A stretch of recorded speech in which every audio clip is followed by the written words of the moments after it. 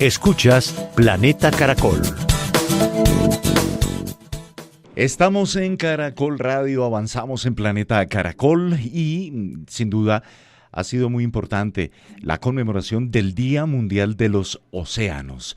Y si hablamos de los océanos, hablamos de el regulador de la temperatura en el planeta, de muchas condiciones climáticas, una de ellas que ya nos es muy familiar, el fenómeno del Niño, que va a impactar muy fuerte según los diagnósticos y análisis que nos han suministrado. Los océanos son el origen de la vida en este planeta, si queremos ser un poco románticos en ello, y albergan una cantidad de biodiversidad increíble. Los océanos son fundamentales para la vida en el planeta.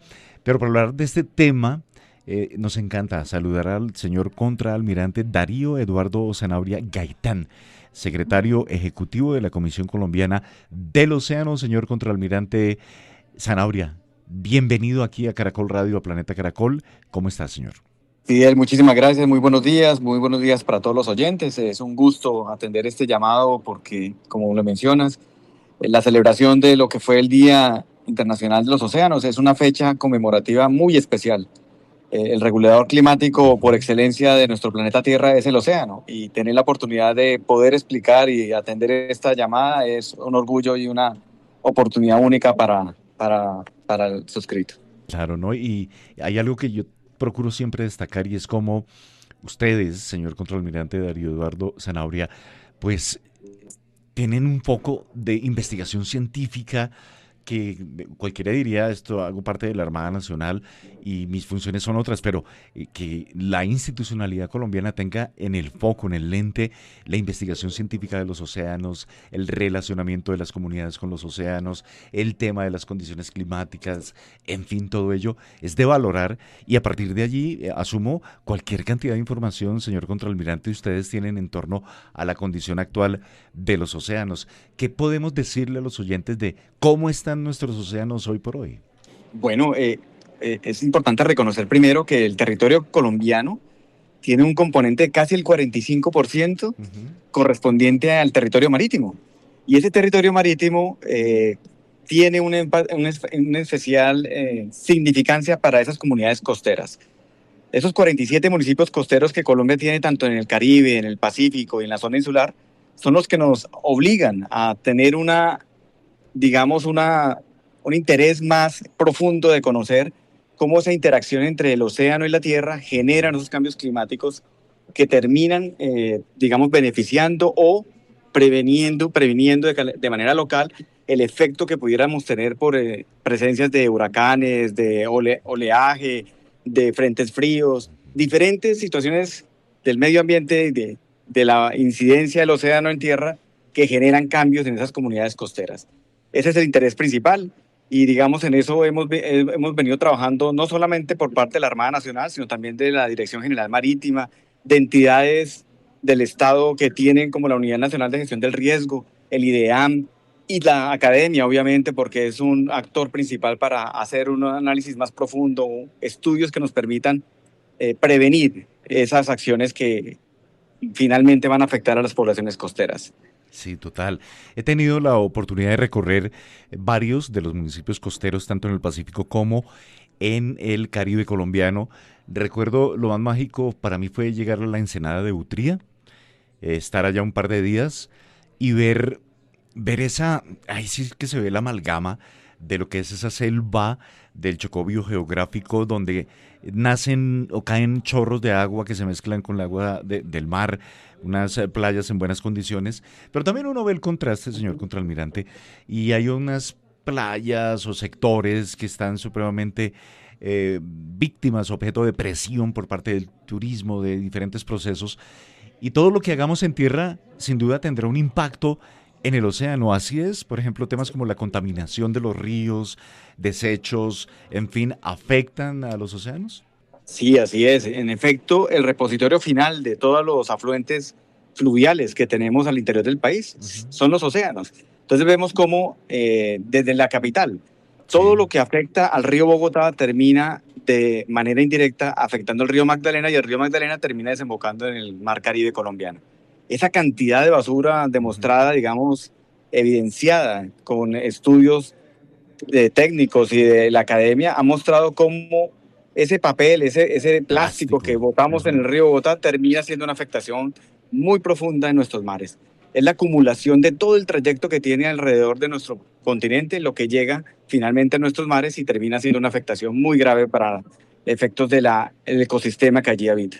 Sí, sí. Puerto Colombia es un ejemplo, ¿no? Hay montañas de plástico que llegan del Magdalena y sin duda ese es un INRI sobre el cual debemos todos trabajar, porque mis hábitos de consumo, mi forma de vivir impacta, quien lo creyera, en el océano y es verdad.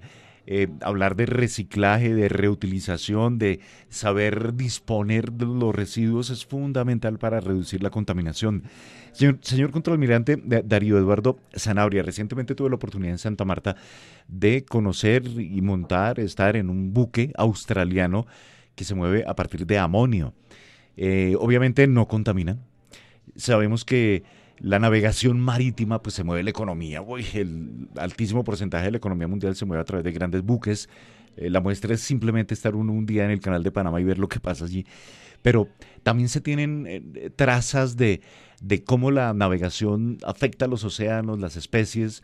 Y también hay que reconocerlo, este buque australiano pues no contamina, ya se están dando pasos para minimizar esa huella de impacto en los océanos. ¿Qué panorama global nos puede compartir, señor Contralmirante? Bueno, es importante mencionar que la Organización Marítima Internacional tiene como una meta al 2050 generar una reducción drástica de por lo menos el 50% de las emisiones producto del transporte marítimo. Y es importante también mencionar que el transporte marítimo mueve alrededor del 90% de la carga en volumen del mundo. Colombia no se aparta de estas cifras, casi el 95% de nuestras importaciones y exportaciones se mueven a través de medios marítimos. Y la traza, digamos, de lo que eso en efecto genera en el medio marino está calculada y es monitoreada permanentemente a través de las diferentes autoridades marítimas del mundo.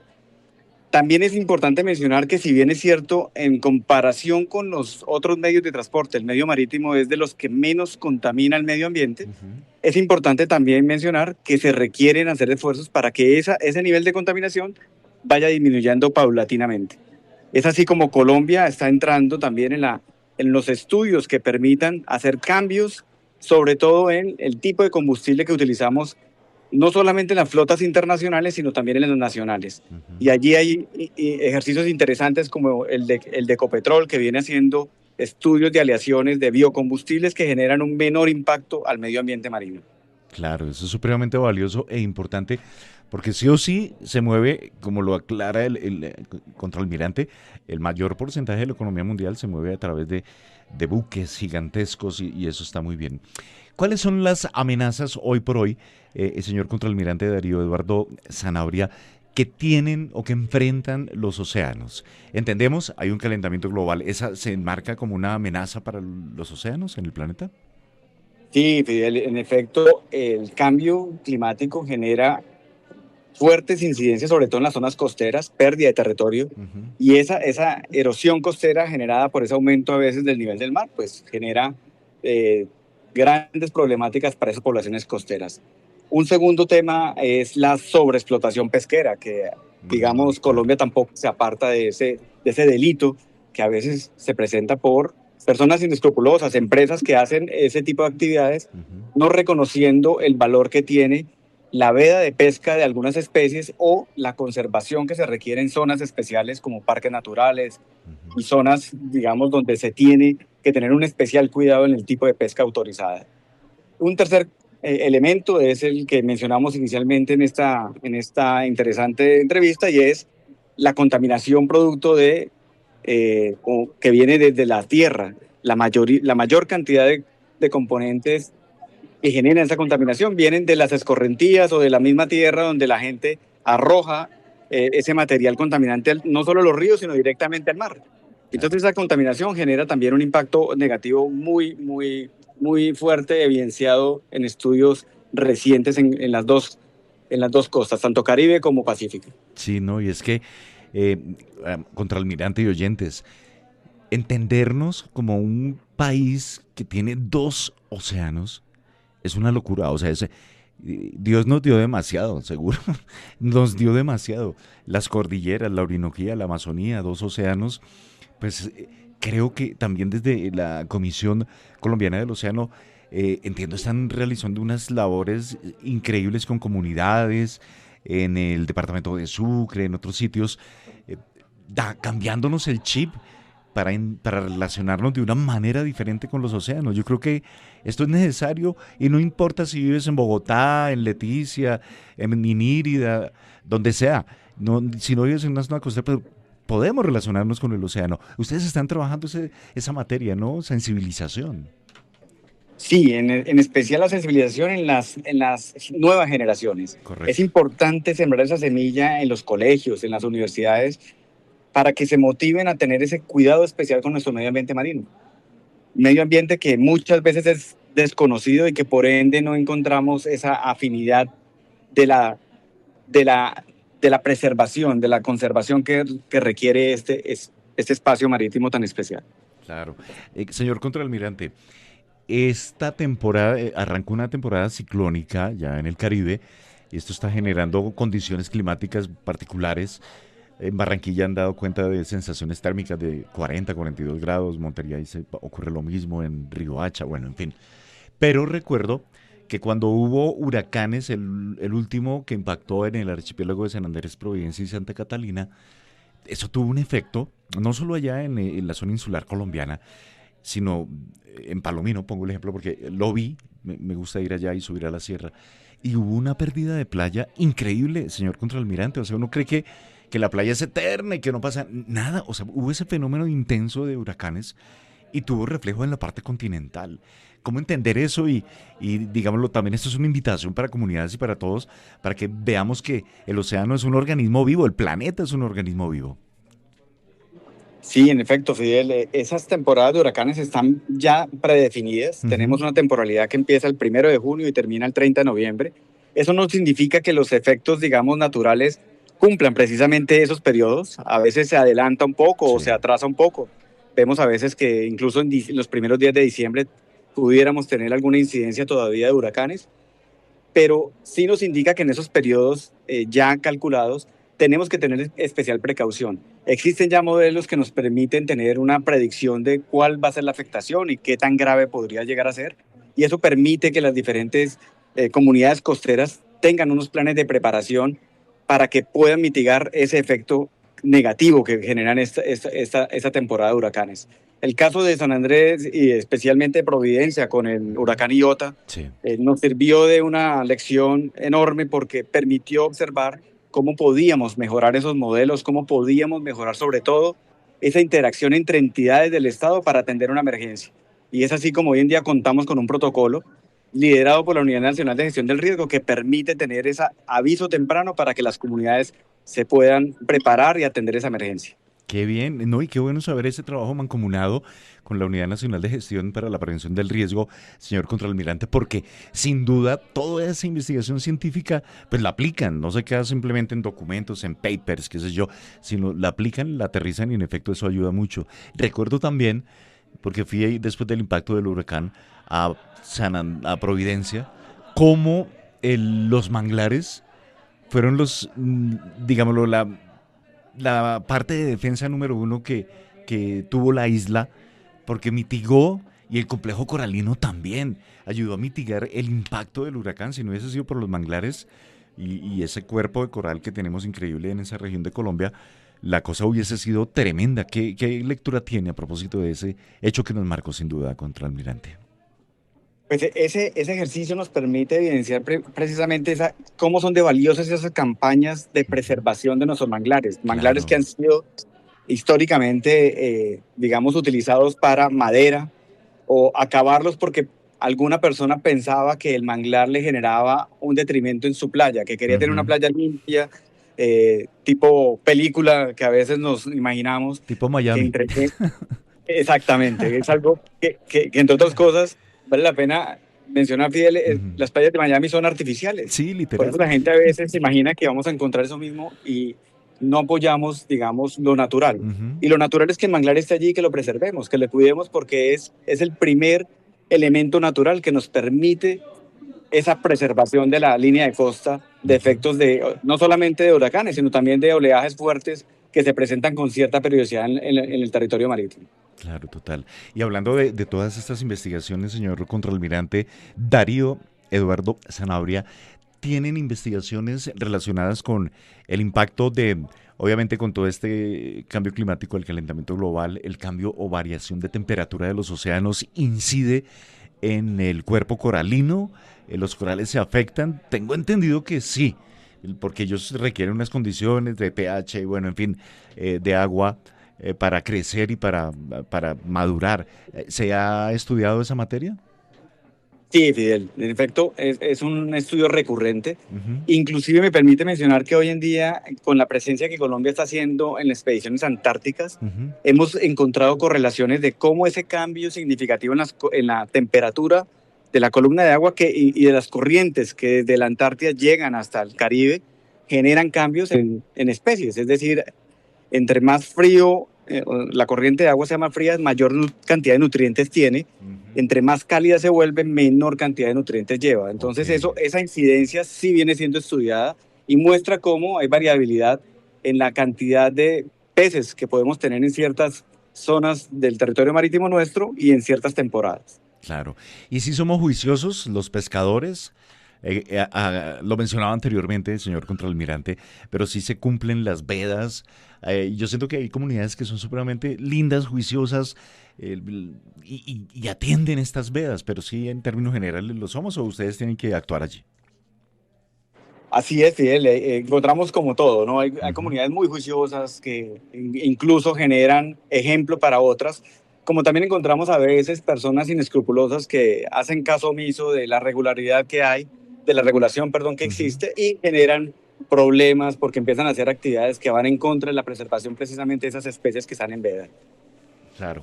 Y finalmente, señor contralmirante, trabajo con las comunidades, por ejemplo, en el Pacífico, las piangüeras, que están allí entre los manglares, que garantizan seguridad alimentaria, que están comprometidas inclusive con una causa superambiental, que tienen impacto social, o en el Caribe también, en Tolú, las comunidades que hacen turismo, pero sostenible, que no se afecta o se pretende no afectar los océanos. Ese trabajo con las comunidades a ustedes les deja, no sé, anécdotas, cuando los ven llegar, los niños con esos ojos viéndolos a ustedes, de la Comisión Colombiana del Océano, de la Armada Nacional, es una cosa muy chévere, o sea, de un impacto social tremendo. Sí, Fidel, esas experiencias, digamos, de terreno son muy valiosas. Claro. A través de la Armada Nacional, la Dirección General Marítima, digamos, que son las entidades que están permanentemente allí en contacto con las comunidades, se logra tener esas experiencias y algunas veces replicarlas en otras. Oficiales que rotan por una comunidad costera del Pacífico Ujú. y que en su siguiente traslado está en el Caribe, lleva esas iniciativas o lleva esas lecciones aprendidas y le sirve para que otras comunidades también las repliquen ya de manera diferencial, porque cada región Es tiene su particular. particularidad, Sí. pero que ayuda muchísimo tener ese ejemplo como un referente que ayuda a multiplicar el cuidado que las mismas comunidades costeras ya le exigen al turista para que ese turista respete ese tipo de condiciones que deben permanecer en sus playas, en sus Ujú. zonas turísticas al lado del mar. Claro, ¿no? Eso aplica, por ejemplo, cuando uno recorre el Tayrona, hay puntos donde le dicen al turista, pilas, acá nada, no se puede meter al mar porque son condiciones que cualquier, por mejor nadador que sea, te golpea contra las piedras, en fin, todo eso. Sí siente, señor contralmirante, que como país, como sociedad, estamos cambiando y en esencia estamos, en este caso particular, mejorando nuestro relacionamiento con los océanos. Yo creo que es la meta y el mensaje de hoy, de esta conversación tan agradable. Relacionémonos con los océanos de la mejor forma. ¿Sí estamos cambiando, señor contralmirante? Sí, Fidel, yo soy partidario de ver el vaso medio lleno y no medio Ujú, vacío. Creo que hemos ido cambiando esa mentalidad de manera propositiva. Y uno lo evidencia también no solamente en el interés de la persona de siempre querer conocer el mar por, por aquella imagen de la playa, del sí, descanso, sino también de conocer desde la academia cómo podemos fomentar no solamente estudios en biología marina, sino también estudios inclusive de derecho marítimo claro. que permiten tener una variación enorme en las diferentes ciencias con aplicación a temas marinos. Entonces es importante mencionar eso porque el país creo que sí está dando pasos avanzados y propositivos en mirar cómo conoce mejor su territorio marítimo para una mejor preservación y explotación del mismo. Claro, no, mira, en lo personal, señor contraalmirante y oyente, recientemente subí el Nevado del Ruiz y pensé allá en los océanos. Y cuando subo la Sierra Nevada, entiendo que esa es es la cordillera más alta del planeta, porque, o sea, la sierra no es solo desde 0 metros de altura, nivel del mar, sino que se prolonga en el fondo marino. Y cuando uno va al mar también leerlo con esa actitud de descubrir un organismo, un ecosistema riquísimo, amenazado en algunos factores y todo ello, y a partir de allí tener esa conciencia, esa decisión de relacionarme de la mejor manera con él. Que creo es el mensaje que ustedes vienen desplegando, señor contraalmirante Darío Eduardo Sanabria, secretario ejecutivo de la Comisión Colombiana del Océano. De mi parte, mil gracias, de verdad. Gracias por estar en contacto con los millones de oyentes de Caracol Radio, aquí en Planeta Caracol, a propósito de lo que ha sido la celebración del Día Mundial de los Océanos. Señor contraalmirante, muchísimas gracias. No, muchísimas gracias a usted, Fidel, por esta oportunidad y de verdad para poder llevar el mensaje del valor tan significativo que tiene la preservación y el cuidado de nuestros océanos. Muchas gracias. Planeta Caracol es compromiso de vida.